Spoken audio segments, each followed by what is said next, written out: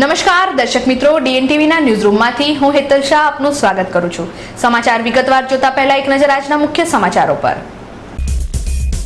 ધોરણ 10 અને 12 ના પરિણામોની જાહેરાત બાદ આગળ એડમિશન મેળવવા બક્ષીપંચના દાખલા માટે નર્મદા ભુવન ખાતે રજાના દિવસે પણ વાલીઓનો ભારે ધસારો। તો સિયાબાગ સ્થિત કાછિયાવાડ ખાતે વાલીઓને બક્ષીપંચનો દાખલો નહીં મળતા ભારે હોબાળો।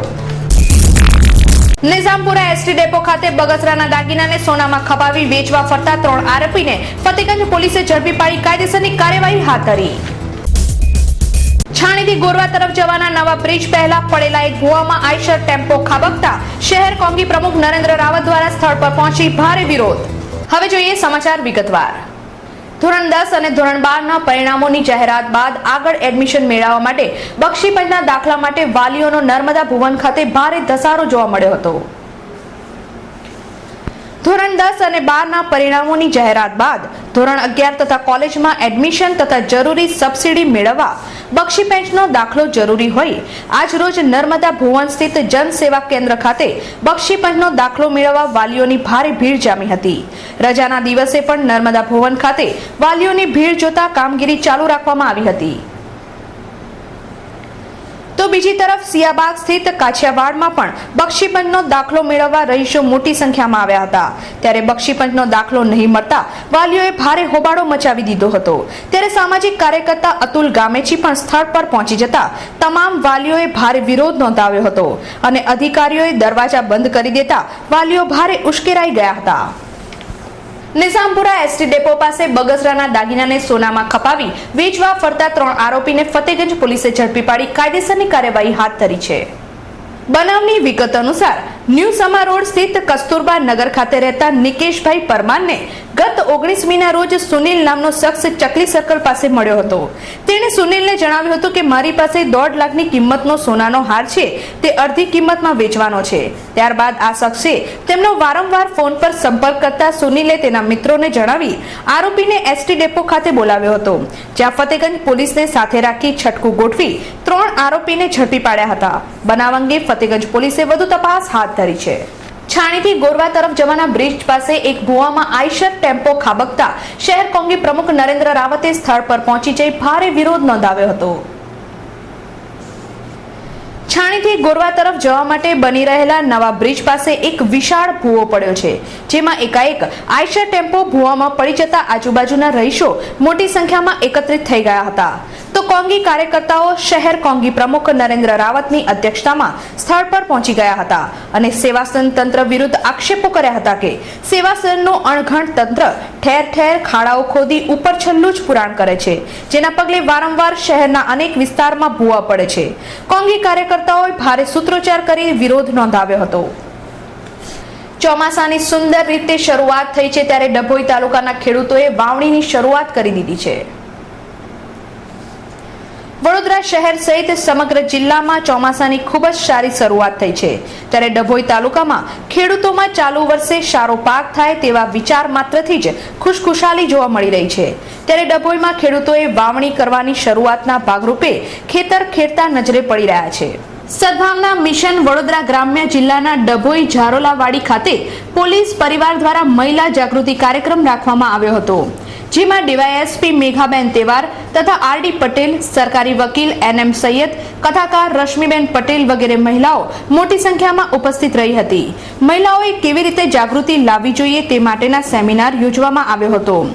પોલીસ ઇન્સ્પેક્ટર બીસી બારોટ સહિતની પોલીસ ટીમ દ્વારા સુંદર આયોજન કરવામાં આવ્યું હતું। શહેરના મુજમોડા વિસ્તારમાં આવેલી એચએસ પટેલ શાળાના સંચાલકો દ્વારા ફીમાં 20% જેટલો ધરખમ વધારો કરી દેવાતા વાલીઓએ આજે ભારે હોબાળો મચાવી મૂક્યો હતો। રાજ્યભરમાં શૈક્ષણિક સત્રનો પ્રારંભ થઈ ગયો છે, ત્યારે શહેરની મુજમોડા સ્થિત એચએસ પટેલ સ્કૂલના સંચાલકોએ વાલીઓની જાણ બહાર અચાનક 20%નો ફી વધારો ઝીકી દીધો છે, જેની જાણ થતાં જ આજે શાળાના અભ્યાસ કરતા વિદ્યાર્થીઓના વાલીઓએ શાળામાં પહોંચી ભારે હોબાળો મચાવી મૂક્યો હતો। ઉત્તરાખંડમાં ફસાયેલા યાત્રીઓને કેવી રીતે મદદ પહોંચાડી શકાય તેવા આશય સાથે ઓલપાડા રોડ ખાતે ઉર્જા મંત્રી સૌરભ પટેલની ઉપસ્થિતિમાં એક મીટિંગનું આયોજન કરવામાં આવ્યું હતું। ઉત્તરાખંડમાં થયેલા ભારે વરસાદ ભૂસ્ખલનમાં ફસાયેલા યાત્રીઓની મદદ માટે વડોદરામાં એક્શન પ્લાન ઘડવા માટે ઓલપાડા રોડ સ્થિત નર્મદા ગેસ્ટ હાઉસ ખાતે કેબિનેટ મંત્રી સૌરભ પટેલની ઉપસ્થિતિમાં એક મીટિંગનું આયોજન કરવામાં આવ્યું હતું, જેમાં કલેક્ટર વિનોદ રાવ, સ્થાયી સમિતિના ચેરમેન ડોક્ટર હિતેન્દ્ર પટેલ, વણઝારા જેવા મહાનુભાવો ખાસ ઉપસ્થિત રહ્યા હતા અને ઉત્તરાખંડમાં ફસાયેલા યાત્રીઓ માટે મદદ કેવી રીતે મોકલાવવી, તેમને પરત લાવવાની વ્યવસ્થા તેમજ ફૂડ પેકેટ પહોંચાડવા માટે વિસ્તૃત ચર્ચા વિચારણા હાથ ધરવામાં આવી હતી. વડોદરા રેલવે પોલીસ દ્વારા વડોદરા રેલવે સ્ટેશન ખાતે ઉત્તરાખંડમાં ફસાયેલા યાત્રાળુઓ માટે એક હેલ્પલાઇનનું આયોજન કરવામાં આવ્યું છે.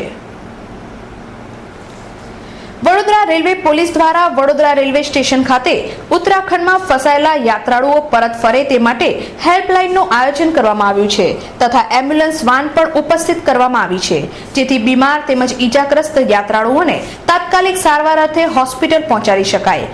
આ પ્રસંગે રેલવેના ઉચ્ચ અધિકારીઓ, એસપી તથા રેલવે પોલીસનો સ્ટાફ ખડે પગે તૈનાત કરી દેવામાં આવ્યો છે. ઉત્તરાખંડમાં ફસાયેલા યાત્રિકો સહી સલામત પોતાના ઘરે પરત ફરે તેવા આશય સાથે અટલાદરાના રહીશો દ્વારા કલાલી બ્રિજ ખાતે સુંદરકાંડના પાઠનું આયોજન કરવામાં આવ્યું હતું. ઉત્તરાખંડમાં કુદરતના પ્રકોપ સામે જાણે માનવી અસહાય બની ગયો છે, ત્યારે ઉત્તરાખંડમાં ફસાયેલા દેશભરના હજારો યાત્રાળુઓ પોતાના ઘરે સહી સલામત પરત ફરે તેવા સુંદર આશય સાથે અટલાદરાના રહીશોએ સુંદરકાંડના પાઠનું આયોજન કર્યું હતું તેમજ ઉત્તરાખંડમાં થયેલી તબાહીમાં માર્યા ગયેલા તમામને 2 મિનિટનું મૌન પાડી શ્રદ્ધાંજલિ પણ અર્પી હતી. આ કાર્યક્રમમાં મોટી સંખ્યામાં સ્કૂલના નાના ભૂલકાઓ જોડાયા હતા અને યાત્રાળુઓ માટે નિસ્વાર્થ ભાવે પ્રાર્થના કરી હતી. શહેરના સેવાસી ખાનપુર સ્થિત એફજીઆઈ બિલ્ડિંગ સેન્ટર ખાતે એફજીઆઈ નેશનલ સમિટ 2013 નું ઉદ્ઘાટન મુંબઈ હાઈકોર્ટના જજના હસ્તે કરવામાં આવ્યું હતું. ફેડરેશન ઓફ ગુજરાત ઇન્ડસ્ટ્રીઝ દ્વારા એફજીઆઈ નેશનલ લીગલ સમિટ 2013 નું સેવાસી રોડ પર આવેલા એફજીઆઈ બિઝનેસ સેન્ટર ખાતે ઉદ્ઘાટન કરવામાં આવ્યું હતું. આ પ્રસંગે ઉપસ્થિત મહેમાનોનું મોમેન્ટો આપી સ્વાગત કરવામાં આવ્યું હતું. કાર્યક્રમનો પ્રારંભ મુંબઈના હાઈકોર્ટના જજ મોહિત શાહે દીપ પ્રગટીને કર્યું હતું. આ પ્રસંગે રાજ્યના કાયદા મંત્રી પ્રદીપસિંહ જાડેજા, ગુજરાતના એડવોકેટ જનરલ તુષાર મહેતા ખાસ ઉપસ્થિત રહ્યા હતા.